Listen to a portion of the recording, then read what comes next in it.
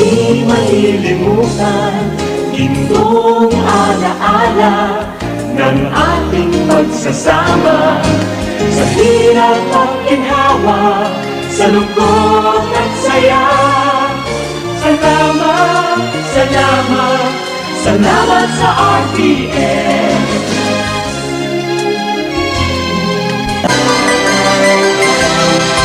Salamat, salamat, salamat sa RTN. Hindi malilimutan ating pinagdaanan, ating pinagsamahan. Sa hirap at ginhawa, sa lungkot at saya.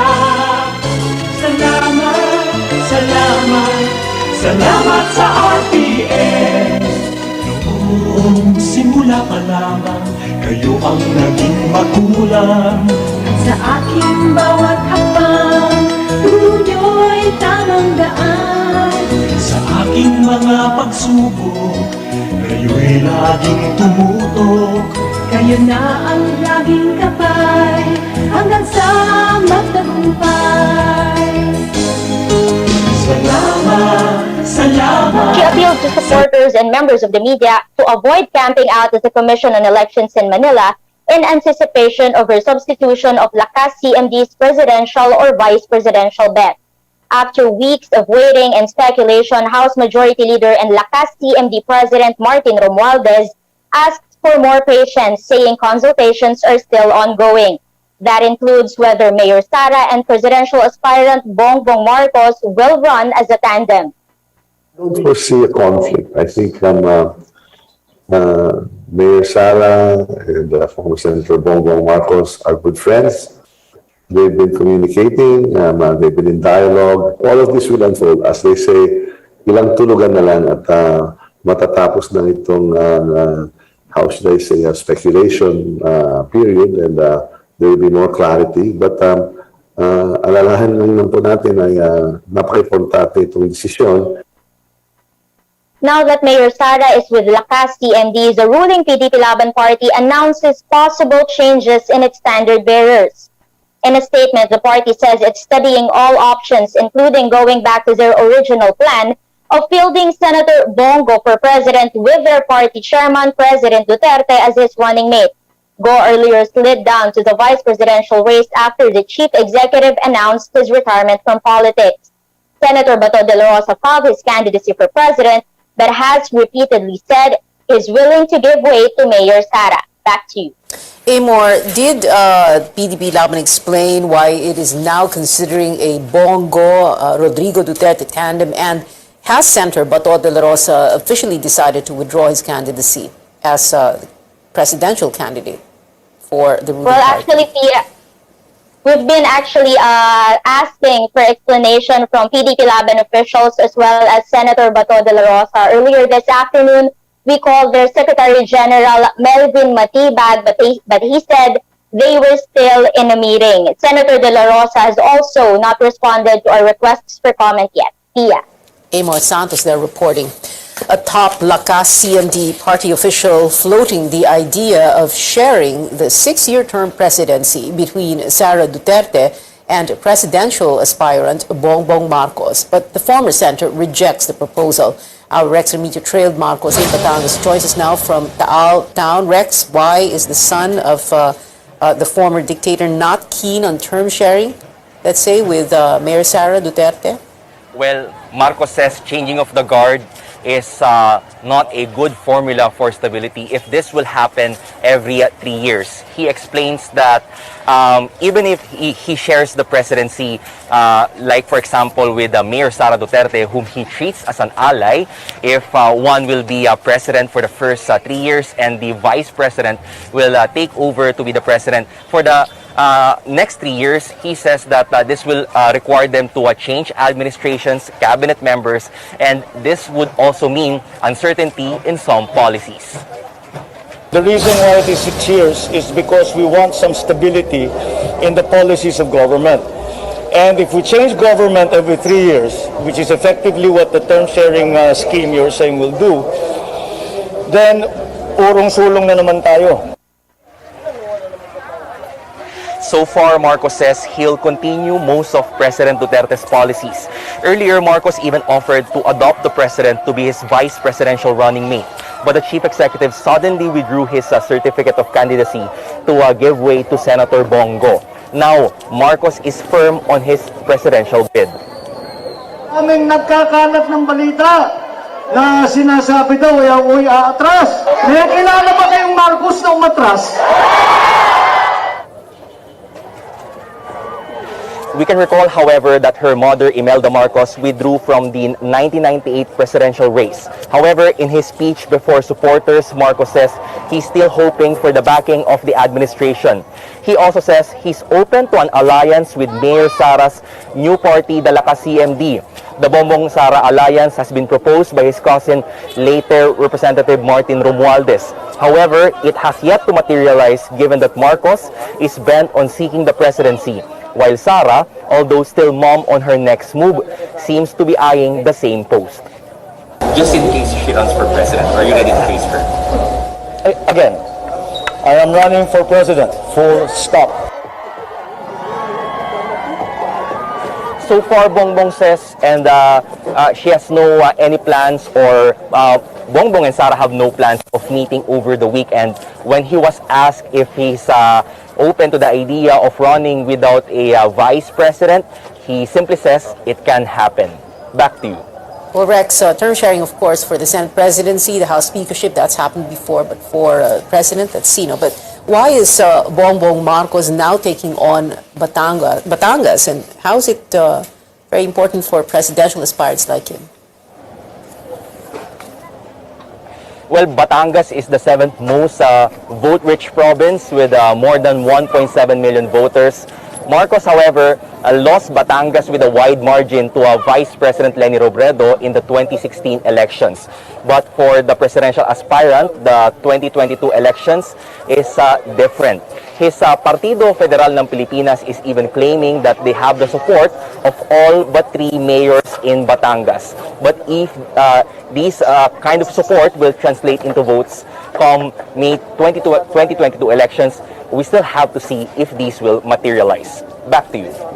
Rex Amicia there reporting live from Taal, Batangas. An incumbent municipal councilor and 2 aspiring councilors were found dead in Daraga, Albay. Police say Peter Jomel De Leon Advincula, who was known as Bicoy when he made drug allegations against President Duterte in 2019, is now in custody as a suspect in the killings. A witness says Advincula fetched the victims one by one from their hotel in Legazpi City Thursday to attend a political meeting. The witness was also fetched but got suspicious of Advincula while in transit.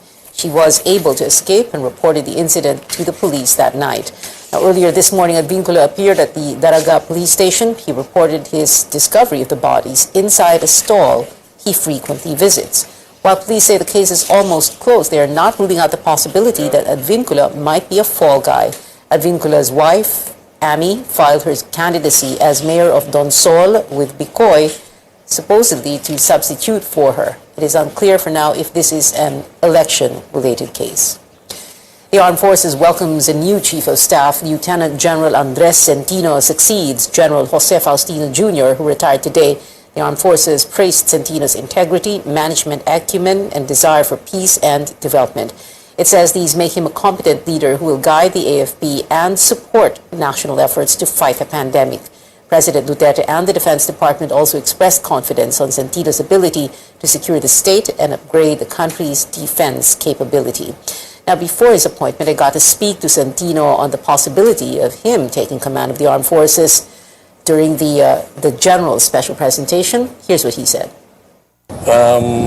It has to be the decision of the President. I think we have grown to be a professional organization. We have matured and professional officers. They're all qualified, and I suppose it really depends on the recommendation of the SND and the decision of the President. Centino is a member of the PMA Maringal class of 1988. He will lead the AFP until his retirement in early February 2023, which will make him the longest serving among the 11 AFP chiefs under the Duterte administration. Now, the new National Police Chief, vowing to make sure elections next year will be peaceful and orderly, Lieutenant General Leonardo Carlos replaces General Guillermo Eleazar in a change of command ceremony this afternoon. Carlos says he will focus on the fight against insurgency, terrorism, and private armed groups prepare for the polls. He also pledged to continue the cleanliness drive that Eleazar began, as well as fiscal transparency and the fight against criminality and illegal drugs through the so-called double-barrel finale version 2021. We will further develop and strengthen our area police commands to make our operations on the ground more focused and aggressive as we strive to further deny insurgents, terrorists, and private armed groups the opportunity to sow terror in our communities, especially during the election period. Sisiguraduhin po natin na hindi masasayang ang boto ng ating mga kababayan at magtatagumpay ang ating halalan na walang bahid ng karahasan at katiwalian. And like the new Armed Forces Chief, General Centino Carlos is also a member of the PMA Maringal class of 1988. He will serve as PNP Chief until his mandatory retirement age of 56 on May 8, 2022, just a day before the elections.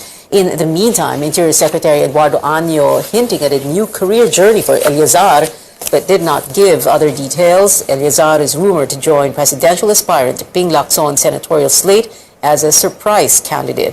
One of Partido Reforma's senatorial aspirants earlier said he will withdraw from the race, citing his low ranking in recent surveys. When asked about the matter, Lacson's running mate, Senate President Tito Soto, said to just wait for their announcement on Sunday.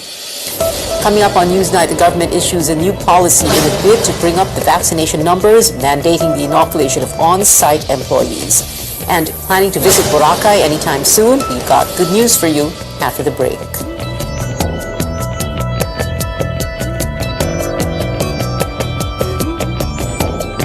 Totoo bang TJ also makes the cheesiest? Exhibit X, my cheese. Exhibit TJ, cheese yes. Totoo nga! Walang duda, kids can tell na ang cheesiest ng number 1, Denver Juicy Cheese Dog. But TJ Cheese Dog ka naman! Kabilang ba kayo sa mga Pilipino na nahihirapan sa mga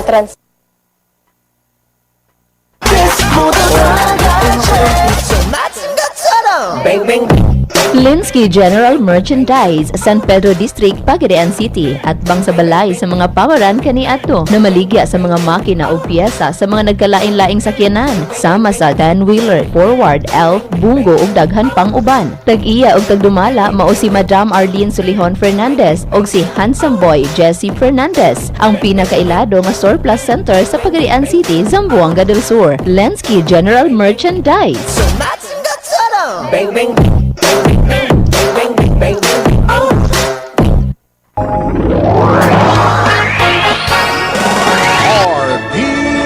DXKP Pagadian, ang inyong Radyo Ronda. RPN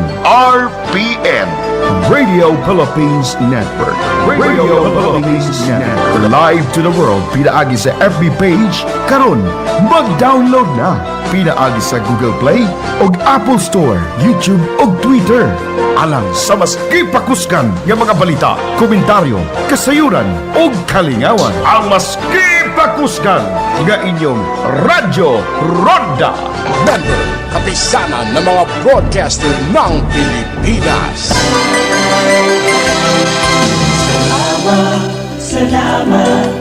Salamat sa RPN.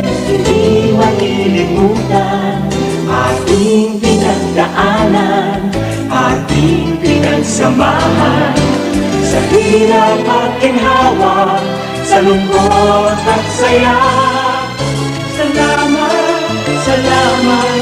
Salamat sa RPN.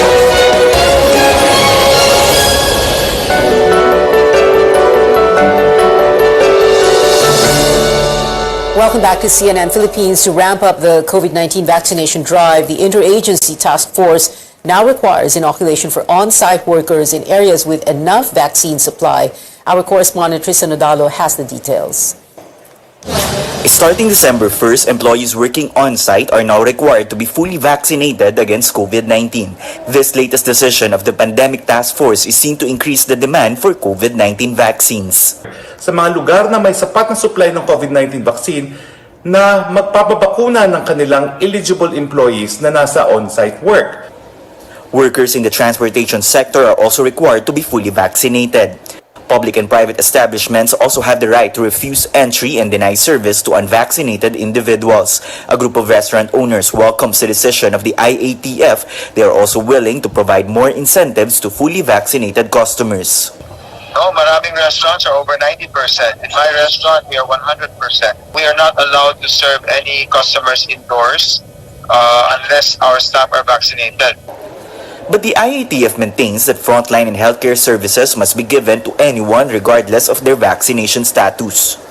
The Pandemic Task Force also says those who refuse vaccination are required to present a medical clearance issued by a government health office and a birth certificate. Unvaccinated employees can't be fired from their jobs, but they should undergo RT-PCR testing or antigen test at their own expense. Employers suggest an alternative strategy for the unvaccinated, especially in the food business. Maybe we can give them other assignments muna na walang interaction with customers.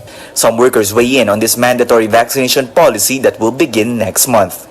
Pabor po para din naman po sa kalusugan po at saka sa safety ng mga empleyado yun eh. Pabor ako doon kasi para sa kapakanan na rin ng mga empleyado na dapat safety sila lagi sa trabaho nila at sa pamilya nila. The Trade Union Congress of the Philippines also supports the IATF decision requiring vaccination of workers. Well, una-una, yung mga no vaccine, no work, no pay ay una-una, walang basihan sa batas. Ikalawa, it is deemed illegal by the labor code. Itong mandatory vaccination with exemption ng gobyerno ay sa tingin namin reasonable dahil meron namang exemption na ginibigay. The Interagency Task Force also urges government agencies and local government units to prioritize fully vaccinated people in government programs and services. Tristan Odalo, CNN Philippines. The Labor Department says it will issue an advisory to guide employers and workers on the IATF resolution for mandatory vaccination. The agency will release this soon. In the meantime, labor group Kilusang Mayo Uno says that instead of mandatory vaccination, the government must grant a 2-day vaccination leave for daily wage and contractual workers. We'll have to wait a little bit longer for the revised guidelines on the use of face shields. The Interagency Task Force met Thursday to discuss the Health Department's recommendation to only require face shields in hospitals and enclosed public utility vehicles in areas under Alert Level 1 and 2. The IATF has forwarded its recommendation to President Duterte, but his spokesperson says he has yet to make a final decision. The President may also make the announcement himself. Several local governments earlier relaxed rules on face shield use, but Malacanang advised them to wait for Mr. Duterte's decision. Health experts are reviewing the mandatory quarantine guidelines for fully vaccinated international travelers. Presidential Advisor for Entrepreneurship, Joey Concepcion, earlier asked the IATF to remove quarantine rules for fully vaccinated passengers. Instead, Concepcion proposed to have them tested twice, first 48 hours before departure and again upon arrival in the country. But the Health Department says it still needs to check the science and data before easing measures. So alam po natin, anything can happen in between when you go and travel from your point of origin to your country of destination. So kailangan talaga mabusisi po nating pag-aralan ito para hindi po natin magkakaroon tayo ng increased risk of infections. Maybe in the coming weeks after the IATF next week, we can already provide appropriate recommendations based on science and evidence. In the meantime, a Foreign Affairs official says the IATF is not ready to lift facility-based quarantine for fully vaccinated travelers. DFA Undersecretary Brigido Dulay says authorities are looking into the possibility of shortening the quarantine period instead. A popular island destination is ready to welcome more visitors. Beginning November 16th, fully vaccinated tourists entering Boracay Island in Aklan will no longer need to present a negative RT-PCR test results, but they need to show a certificate from VaxCert-PH, the country's digital vaccine certification system. Vaccination cards from local governments will also be accepted.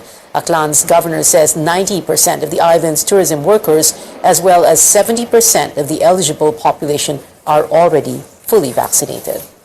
Of course, The other requirements of the online health declaration card, the pre-bookings will still be there, but the RT-PCR test will now be removed by starting November 16 to really open up the business in Boracay in time for the holiday.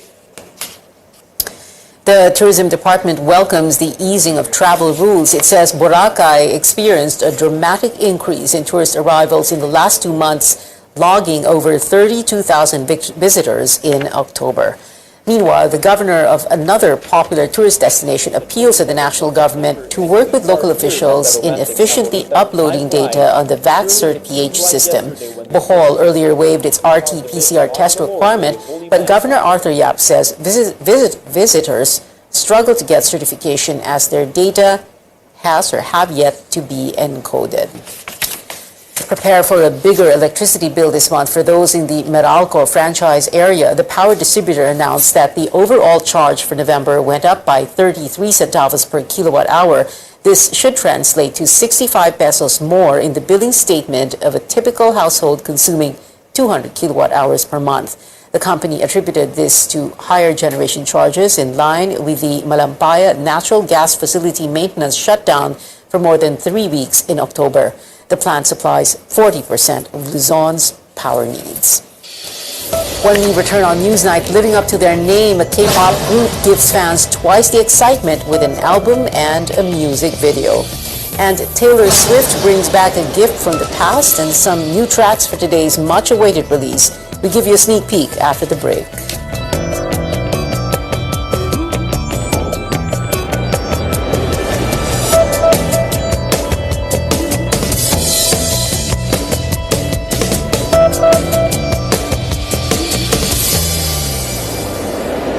Love is all about time. Di minamadali ang pagpapasarap. Like the...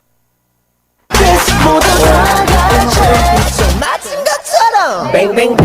Linsky General Merchandise, San Pedro District, Pagadian City, at bang sa balay sa mga pawaran kaniadto na maligya sa mga makina o piyesa sa mga nagkala. Preparing to leave for the hospital, but things progressed more quickly than expected. The contractions went to 5 minutes and 3 minutes and 2 minutes and 1 minute, and we're like, oh, we gotta get in the car. But the front lawn was as far as they would get. I stood at the car and just said, no, I'm just gonna get on the grass and I'm gonna be here. This is gonna be my spot. And so, with the help of her mother, who just arrived, I'm on my hands and knees, and little head comes out. Emily gave new meaning to home delivery, giving birth to their son, Thomas. And because their doorbell camera captured the entire thing, Emily and Michael can relive the surreal experience again and again. Yep. That hurt. Speaking of amazing feats of strength, check out the amazing strength in the feet of this 105-year-old sprinter. Her name is Julia Hawkins, and she's known as the Hurricane. And according to the National Senior Games Association, Hurricane Hawkins' recent zippy 100-meter dash at a Louisiana event made her the first 105-year-old female to set a track and field world record and the first to establish an age 105 and older runner category. Wonderful. I'm so happy. For Take a Look at This, I'm Jeremy Roth.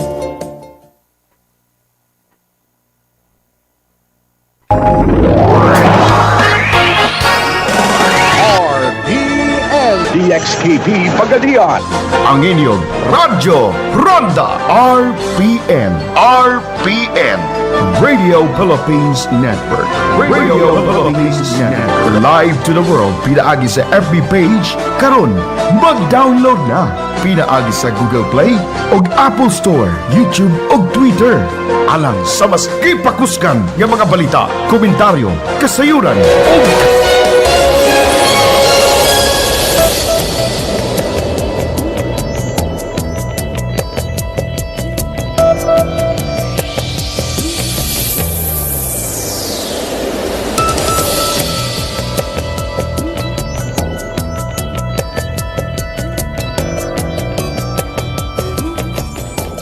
Welcome back. This one's for the K-pop fans. Twice's third full album, Formula of Love, has finally dropped. Among the 14 tracks is the girl group's first English single, The Feels, which marked their first entry in the Billboard Hot 100 chart. Apart from the new record, Twice also gave fans a music video for Scientist, which swiftly entered Twitter trends. Take a look.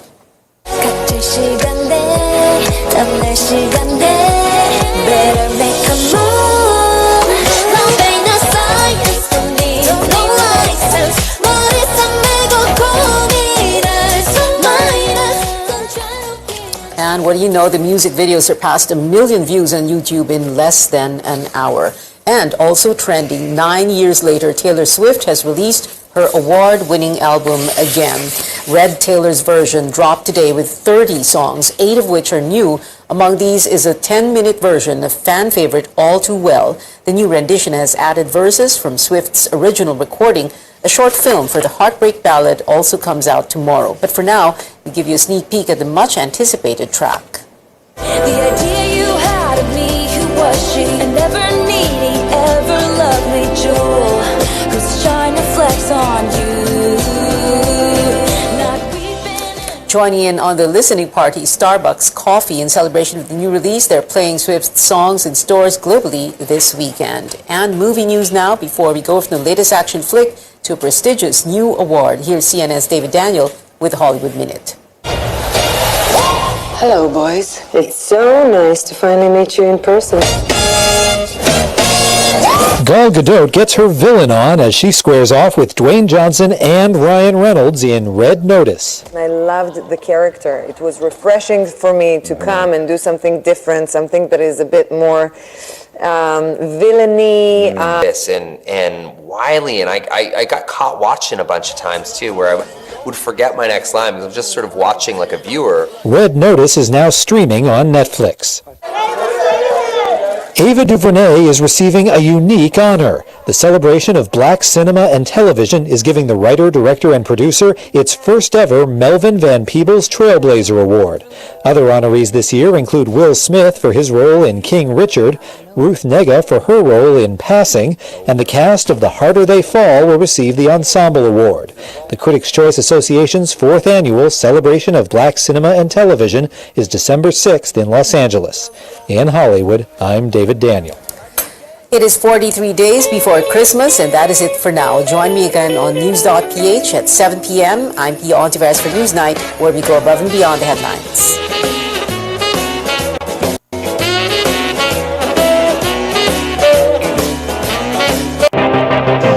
Dynasties and surveys, two things in Philippine politics we both can't seem to live with and can't live without. Tonight, we'll try to make sense of them.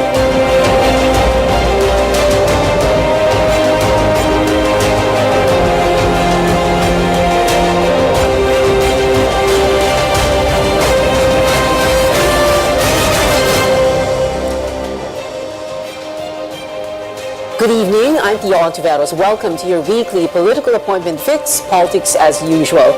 Our guests for tonight, professional statistician and senior research fellow of the Philippine Institute for Development Studies, Dr. Jose Ramon Albert, House Deputy Speaker and Cebu 3rd District Representative Pablo John Garcia, and the Dean of the Ateneo School of Government, Dr. Ronald Mendoza. Good evening, gentlemen, and welcome to the show. We're going to speak to you one by one, but first we're going to start with Dr. Jose Ramon Toots Albert.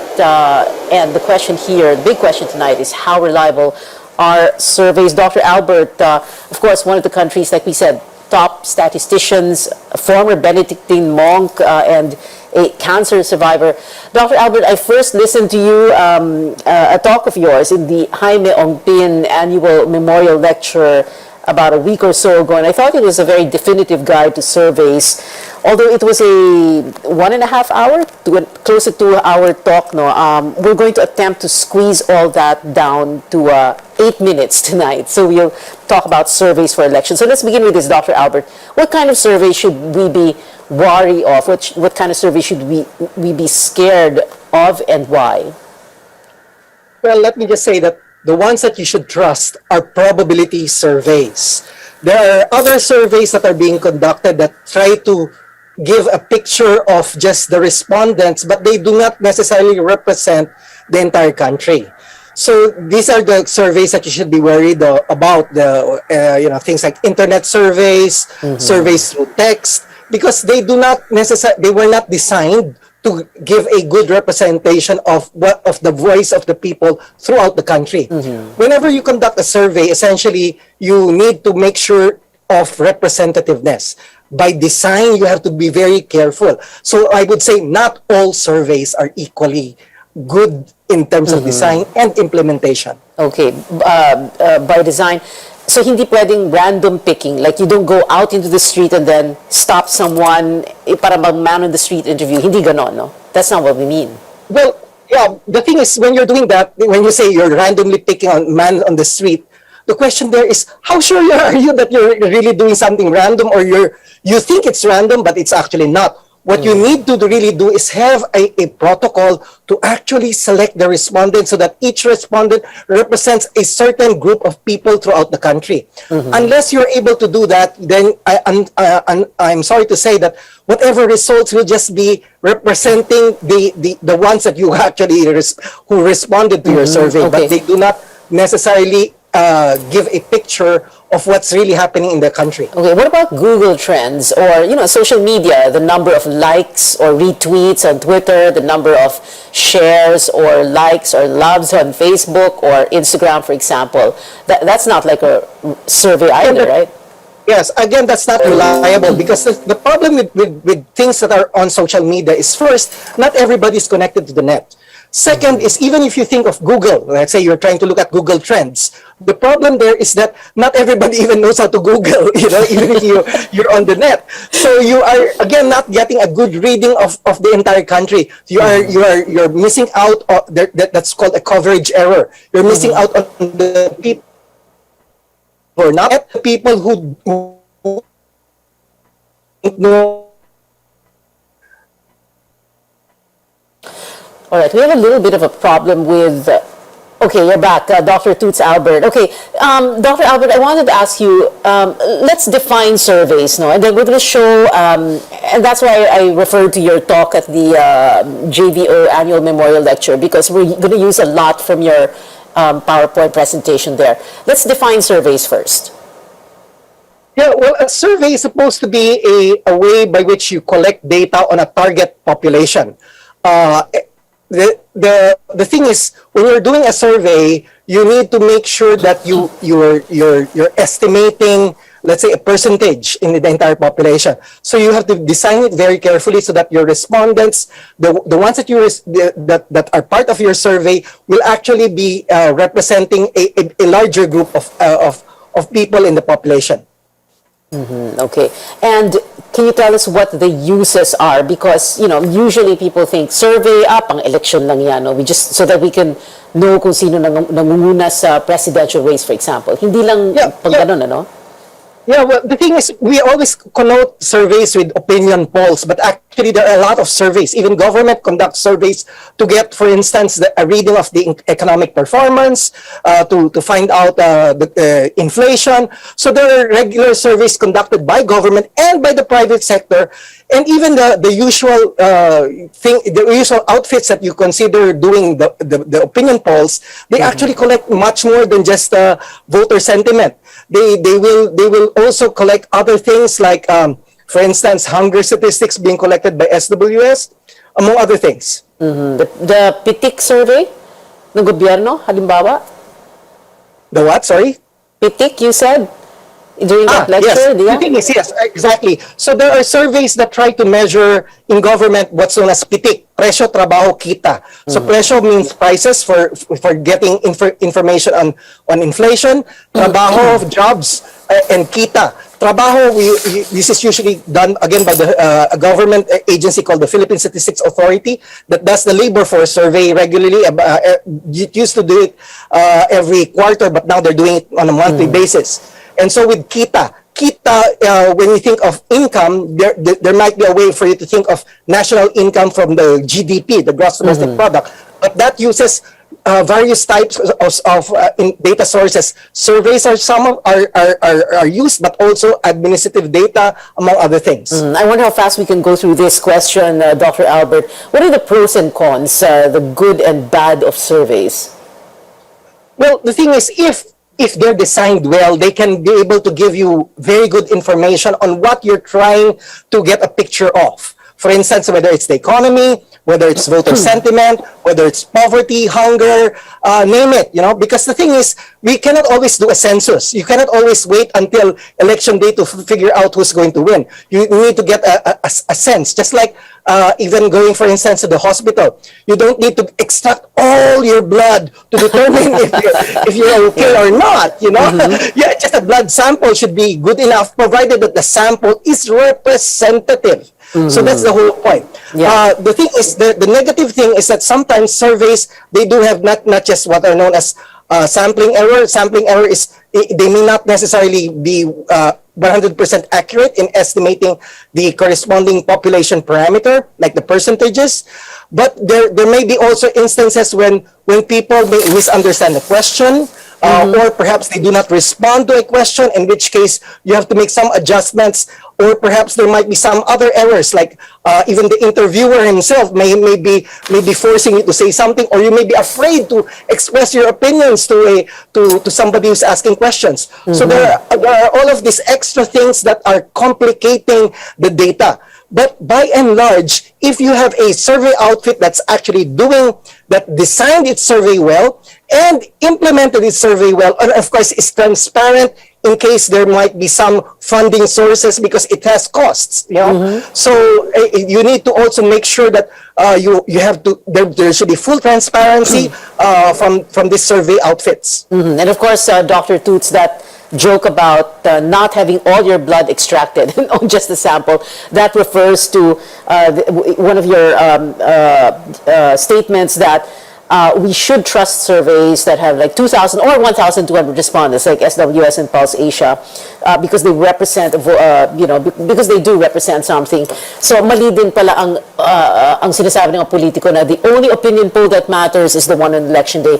Now, I had so many more questions, but however, Dr. Albert, I just wanted to ask you this na lang, we've heard of all these opinion polling firms here in the Philippines, and you made a listing of them. Can we go very quickly through them and tell us why it's important for us to know which of these firms are, and who are the credible ones? Well, the thing is, for me, the point here is you have to look at track record. It's always easy to have new survey outfits come out, and I wouldn't trust them immediately unless they try to show. I mean, it's a question of trust. Nobody just, it would be foolish for us to just trust. You have to be skeptical of any surveys and survey outfits unless they have built their track records. So far, there have been two institutions, SWS and Pulse Asia, personally, that I would trust because they have shown very good track records. If you think of even the voting sentiment, people, the estimates of the proportion who will vote for a candidate tends to wobble. But towards the end, as it approaches election day, especially a month before election day, these two survey outfits have shown historically that they can do a very good job at estimating the actual percentages of people who will vote for candidates, so they can actually see not just for vice president, even vice president, and even the senators. I've studied them very carefully. And, if you're interested, you can Google the lecture that you were referring to. Yeah, well, we do have a slide on that, slide number 14, final election surveys versus the actual votes, and it shows how close Pulse Asia and SWS are. But anyway, Dr. Albert, I want to say thank you very much for joining us. But of course, when you say yung Pulse Asia and SWS trusted, paano na yung siyam na iba pa? Well, as I said, yung mga iba, unfortunately, they have to show us. They have to give us first a sense of reliability. If their estimates are, and if they do a survey that's pretty close to when SWS and Pulse Asia did their surveys, and then the numbers don't seem to be too far away, then I would probably think maybe, but let's wait, let's wait a little bit more. They have to prove to us that they're doing a good job. Alright, and sana may accreditation process na, para pati kami sa media alam na namin. But anyway, Dr. Toots Albert, thank you so much for being with us tonight. We'll be back after a quick break. Stay tuned.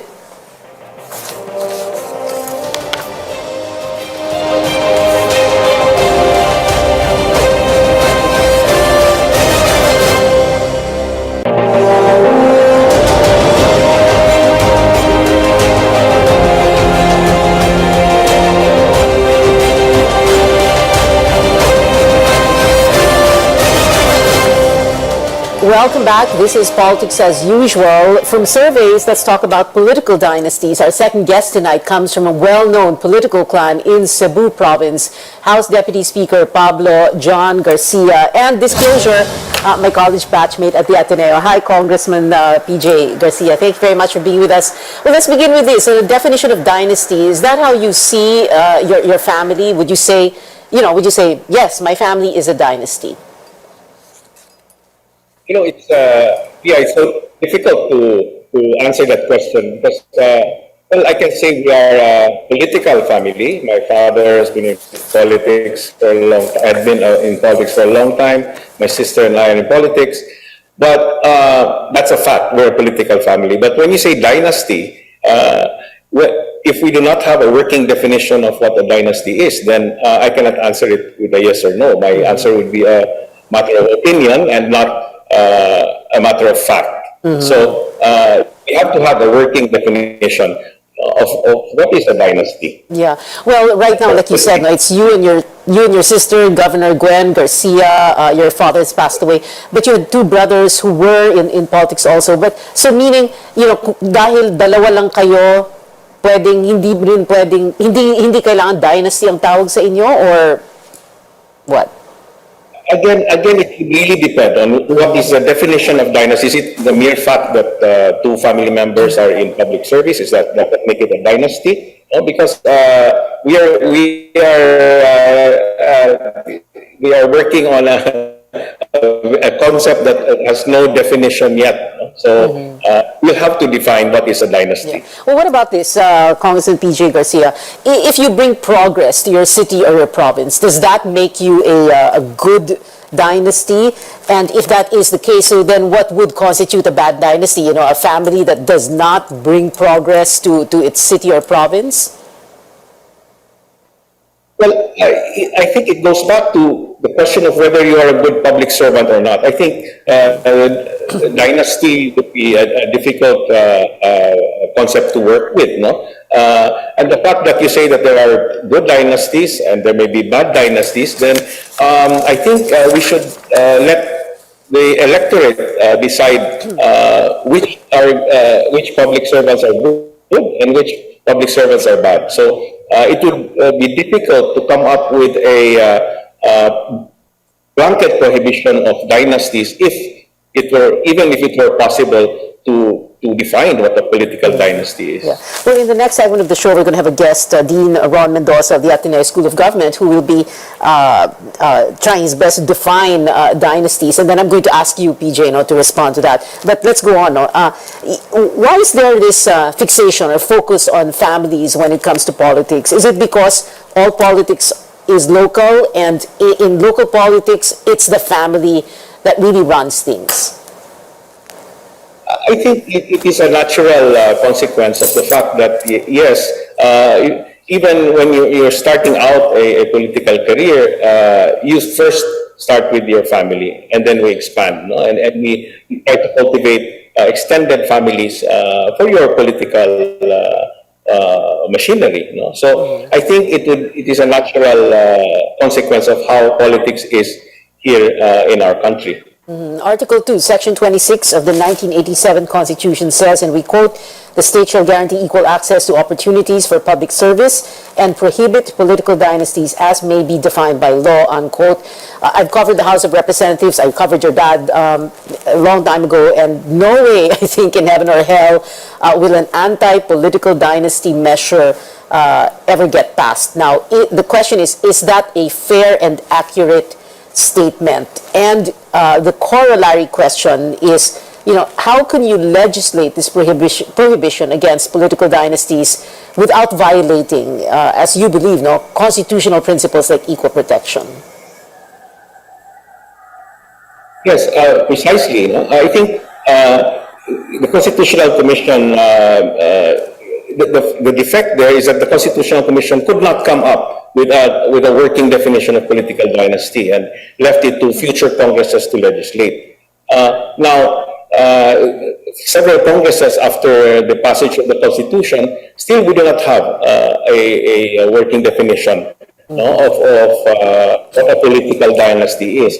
And it was not only because, as you as perceived, members of the Congress mostly come from political families, but there is really a very practical difficulty in legislating and banning political dynasties without violating certain constitutional principles. Yeah, oo. For example, for a House member, the Constitution expressly provides for the qualifications and disqualifications.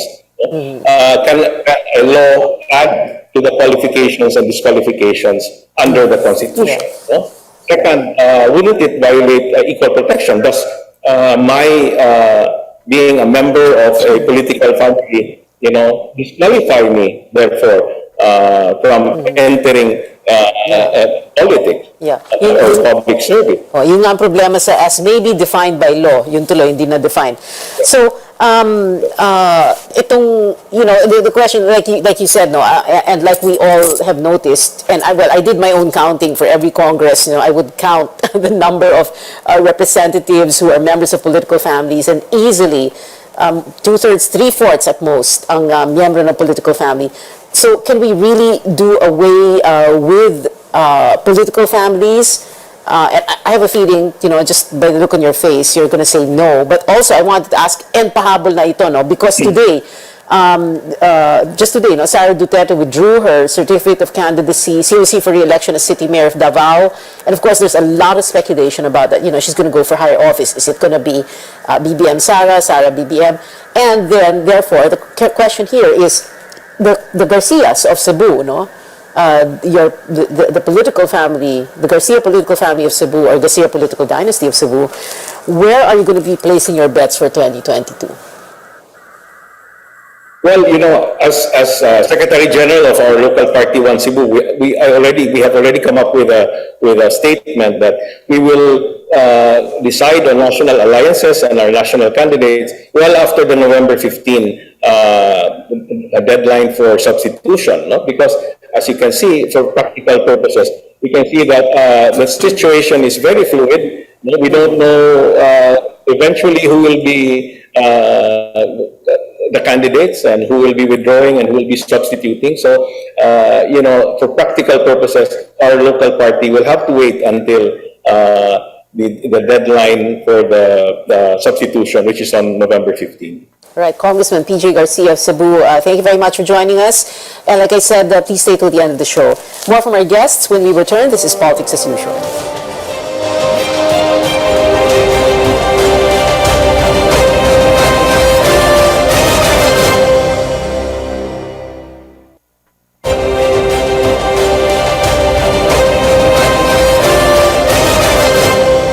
We're on our final stretch. This is Politics as Usual. Our third guest for tonight is the Dean of the Ateneo School of Government, Dr. Ronald Mendoza. Good evening, Dean Ron. Thank you very much for being with us. Is there such a thing as a good dynasty and a bad dynasty? Or they're all bad? Or as long as they don't field so many people, so many relatives in one election, good sila or whatever. At the same time, and we're going to be showing slides from your own PowerPoint presentation about dynasties. Talk to us about this definition that you want to present, no? Fat dynasties and thin dynasties. Sorry, ang daming tanong in one question. Where to start? First of all, thank you very much, Pia, for the kind invitation. And permit me to speak in Taglish, so hopefully you communicate better to our people. Alam nyo kasi, yung tanong nung good or bad ba yung dynasty, medyo nakakatawa yung tanong na yan para sa akin kasi matagal nang tinatanong yan, no? Paano ba tayo napunta dito sa kailangan patunayan ng mga academic na bad yung dynasty para sa sistema natin, when in fact the framers of our constitution called for the creation of a law to define dynasties as part of the reform that was supposed to have been pushed as part of our democratic governance. Yeah.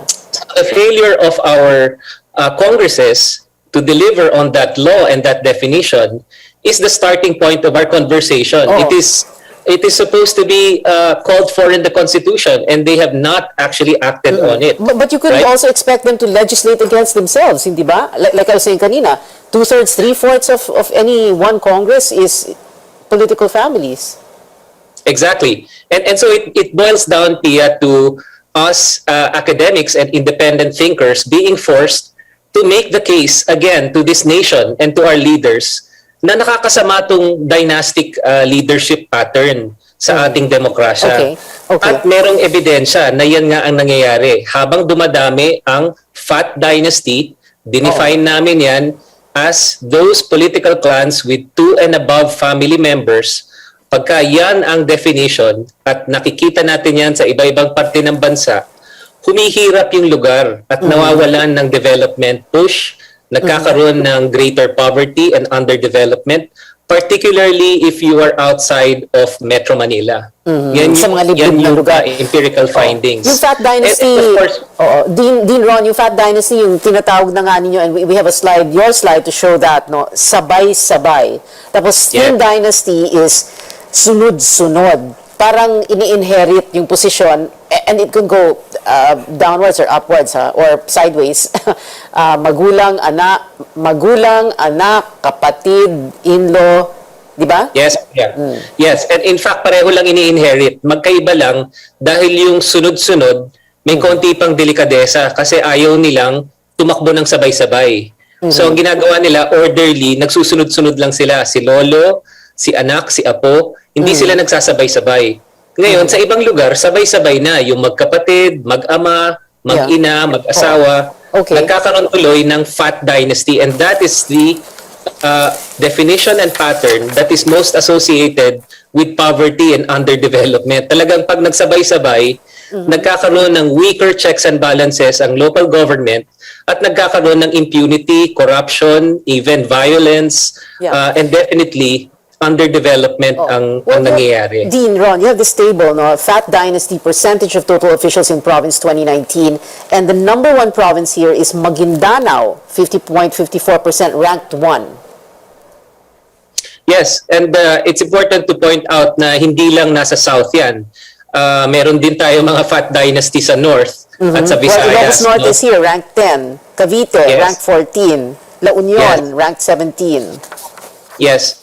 Maraming halimbawa, Pia, at nakikita natin that it has nothing to do with the Muslim South or that particular characteristic. In fact, meron ding mga halimbawa sa North, sa Visayas. Basta nagkaroon ng sabay-sabay na panunungkulan, napakahirap ng isipin na magkakaroon ng accountability. Una, kasi wala nang checks and balances. Magkakasabay na kayo makapangyarihan eh. Sino pa magsusuheto sa inyo kung mali yung ginagawa ninyo? So usually, yung mga Fat Dynasty associated with corruption and impunity and underdevelopment. Yan ang nakikitang pattern. Pangalawa, pagka hindi na pinagpipilian natin, dapat sana yung matino at mahusay, pero ang pinagpipilian na lang, iilang pamilya. So napakahirap isipin na pumipili pa tayo ng mahusay at matinong pinuno who are capable of responding to the challenges, the deep challenges that we are facing as a nation, particularly now in a pandemic situation. Dapat sana yung pinakamahusay, pinakamatino, pinaka-may kakayahan, pinaka-may integridad, pero hindi yan ang paraan natin ng pagpili. Ang pagpili natin, yung mga makapangyarihang pamilya, sila-sila ang nagpipilian kung sino sa kanila tatakbo. Pero meron din namang mahusay sa mga political families. But also, you know what, ubus na oras natin. So ang pattern natin, mag-OT na naman tayo. And I wanted to ask PJ, and I asked him to stay pa naman to the end of the show. PJ, you want to say something? Pero 10 seconds. 10? 9?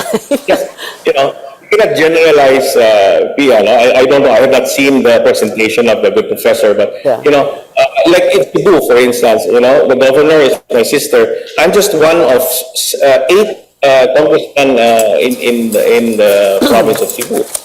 So, are we a Fat Dynasty? Is Cebu among those?